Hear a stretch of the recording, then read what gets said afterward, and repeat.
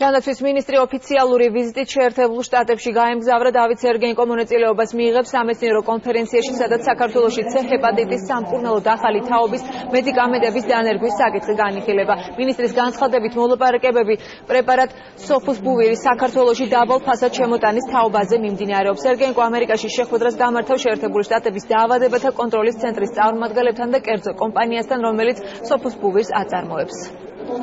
ახალი თაობის სამკურნალო პრეპარატი სოფობუვირი, რომელიც ერთ წელიწადზე ცოტა მეტი ხანი არის, რაც დამტკიცებული იქნა, გამოყენებული იქნა ხმარებაში. ეს არის ძალიან მაღალი ეფექტური პრეპარატი, რომელსაც აქვს მაღალი პროცენტი განკურნების და ძალიან ცოტა გვერდითი მოვლენები. თუმცა მისი ფასი იმდენად მაღალია, რომ ხელმეუწვდომელი არის ქვეყნების უმეტესობისათვის.